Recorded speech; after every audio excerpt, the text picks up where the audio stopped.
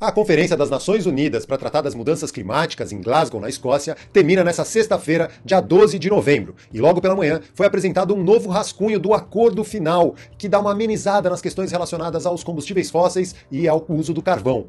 Se inscreve no canal, clica no joinha, porque agora a gente vai de COP26.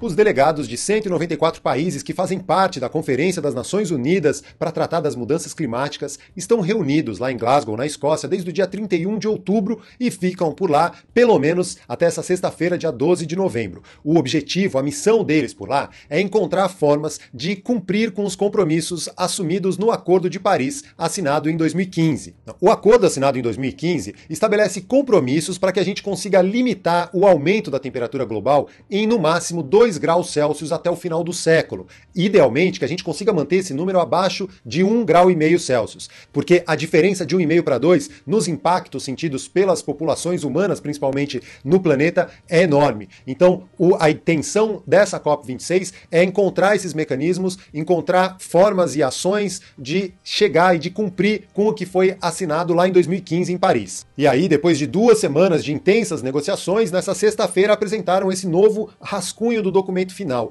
Já é quase que uma tradição nas COPs que o último dia não é de fato o dia final. As negociações devem avançar pelo final de semana porque sempre tem algumas arestas para se aparar e esse documento tem que ter o consenso, tem que chegar ao consenso ou pelo menos ser aceito por toda a comunidade que está ali discutindo essas questões. E aí, para entender o que tem nesse documento final, eu vou lá abrir, porque eu tive acesso a ele aqui e a gente pode dar uma olhada, né? O rascunho da decisão proposta da COP pelo presidente. São 8 pontos destacados, né? Eles fazem umas considerações iniciais, falam do relatório do IPCC, que foi apresentado em agosto desse ano, né? O painel intergovernamental para as mudanças climáticas, que aponta, né, a inequívoca interferência humana no clima do planeta. E esses 8 pontos tratam de questões bem específicas, né? Por exemplo, a urgência e a ciência reconhece a importância da melhor ciência possível para a ação climática efetiva e para o desenvolvimento de políticas públicas. E aí vai destrinchando, né, cada um desses itens. O segundo item é a adaptação. Eles consideram, né, o fato de que a gente já está sentindo os efeitos das mudanças climáticas, da crise climática no planeta, e a gente precisa investir em adaptação. Como que a gente vai se adaptar a algumas mudanças que vão acontecer, mesmo que a gente consiga simplesmente cortar, eliminar a emissão de gases de efeito estufa. Ainda assim, a gente vai sentir os efeitos disso a médio e longo prazo. Então, a adaptação é um segundo item.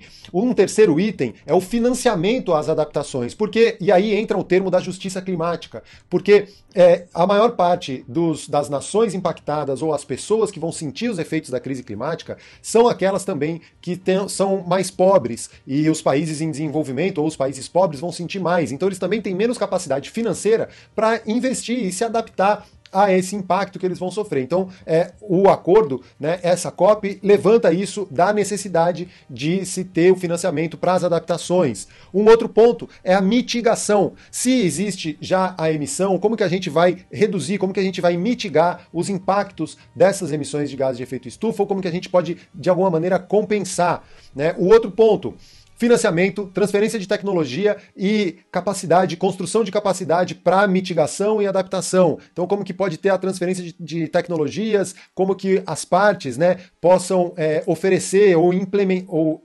aumentar o apoio, o suporte, incluindo recursos financeiros e transferência de tecnologia para ajudar os países em desenvolvimento a encararem ou a mitigarem os problemas e se adaptarem aos que forem inevitáveis. E aí tem uma série de itens lá dentro desse item maior, né, que trata sobre todas essas questões, como enfatizar a importância do fortalecimento da cooperação e da transferência de tecnologia, do desenvolvimento de novas tecnologias.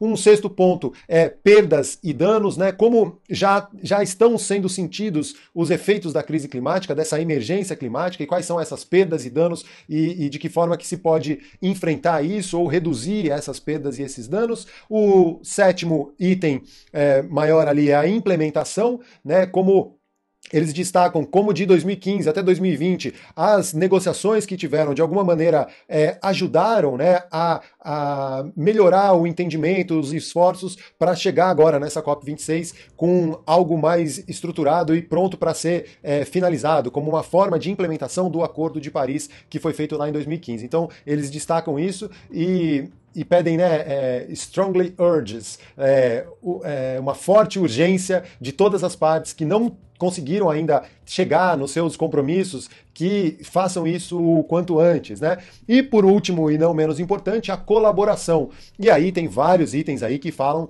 sobre a colaboração, a importância da colaboração entre as nações, entre empresas, para se enfrentar a crise climática. Para complementar um pouco essa história, eu vou lá no site do G1, que resume um pouco essa questão, porque esse relatório, especificamente, né, esse rascunho apresentado hoje, ele dá uma amenizada porque eles estavam pegando um pouco mais pesado com a questão do financiamento dos combustíveis fósseis, né, dos subsídios que são dados aos combustíveis fósseis e também a utilização do carvão. E os países, os grandes países produtores desses, né, ou detentores desses recursos, estavam ainda brigando, querendo que isso se mantivesse de uma maneira não tão explícita no acordo, né, mas de uma forma mais velada. E aí essa notícia no G1 conta um pouco mais sobre isso, né? Novo rascunho do acordo final atenua referências a carvão e combustíveis fósseis.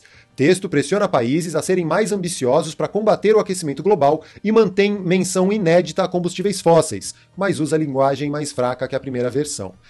Um segundo rascunho do acordo final da COP26, a Conferência do Clima das Nações Unidas, que está sendo realizada em Glasgow, na Escócia, foi divulgado na manhã desta sexta-feira, dia 12, o último dia do evento. A versão final ainda está sendo negociada por representantes dos 193 países que participam da conferência. O acordo caminha na linha tênue entre as demandas das nações ricas e em desenvolvimento, pois precisa da concordância de todos os envolvidos. O texto mantém a pressão para que países sejam mais ambiciosos em seus planos para combater o aquecimento global e estabelece uma divisão entre os países, dizendo que a atualização das metas deve levar em conta diferentes circunstâncias nacionais. O rascunho também mantém a menção inédita a combustíveis fósseis, mas usa uma linguagem mais fraca do que a primeira versão do acordo para cobrar o fim de subsídios à fonte de energia.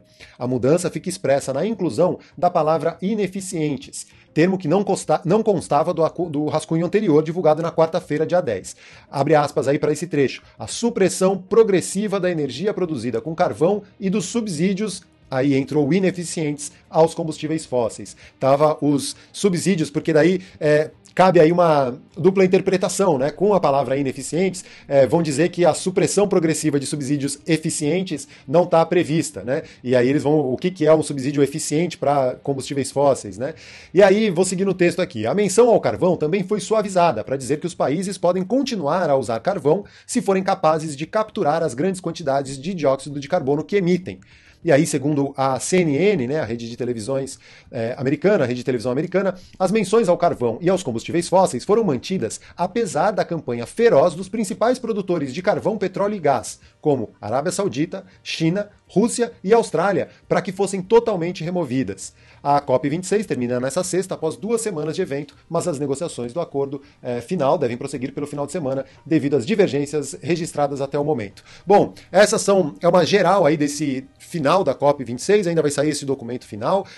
O Brasil assinou 2 importantes acordos, o Acordo de Florestas, que pretende zerar o desmatamento até 2030, e a redução de metano, que também tem o compromisso de reduzir em 30% as emissões de metano nos próximos anos aqui no Brasil, e isso vai impactar diretamente a pecuária, e a gente precisa controlar o desmatamento. Além do país ter voltado atrás naquela tentativa de pedalada climática e o compromisso nacionalmente determinado de corte da emissão dos gases de efeito estufa em até 50% em 2030. Então, o Brasil, de certa forma, esteve representado lá por lideranças indígenas, foram as vozes que mais apareceram lá em Glasgow, na Escócia, e o presidente da República não apareceu, o ministro do Meio Ambiente fez um discurso um tanto vago, associando aonde tem floresta tem pobreza, cobrando os países ricos para, de fato, colocarem em prática o Fundo do Clima, os 100 bilhões de dólares por ano prometidos pelas nações ricas para todas essas questões que estão ali nesse acordo final. E aí a gente está de olho aqui, né, para ver como que vai sair esse documento final. E uma outra questão importante que estava ali nesse esse acordo, né, e precisa ser decidida agora, é a questão do crédito de carbono, do mercado de carbono no mundo, e essa questão dos subsídios aos combustíveis fósseis. São 4 pontos ali bem importantes dessa COP26 que foi levantado, e é claro, esses oito itens que constam no documento final. Beleza? O que você acha aí? Será que vamos conseguir controlar o aumento da temperatura do planeta em até, no máximo, 1,5 graus? A gente já causou, já está 1,1 graus Celsius acima da era pré-industrial. A gente precisa, no máximo, conseguir controlar, né, esse aumento da temperatura até o final do século a, no máximo, 2 graus Celsius para conseguir cumprir o compromisso assumido no Acordo de Paris. E, mesmo assim, a gente vai sofrer com os impactos disso. É preciso cortar gases de efeito estufa, é preciso restaurar ecossistemas, restaurar florestas, restaurar manguezais, capturar carbono e viver, né, sem tanto consumismo, sem tanto um modo de produção e consumo tão destrutivo. Coloca aí nos comentários o que você acha. Será que vamos conseguir atingir essa meta e não aquecer tanto o planeta até o final do século? Se você ainda não fez e quiser, claro, se inscreve no canal, clica no joinha ou no dislike se você não gostou do vídeo e siga lá nossas redes sociais em @CumulusTV. Valeu, pessoal. Até a próxima.